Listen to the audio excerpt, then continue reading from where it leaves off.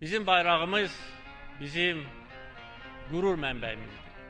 Bizim bayrağımız bizim canımızdır, bizim yüreğimizdir. Bugün Azerbaycan'ın her bir yerinde Azerbaycan bayrağı dalgalanır.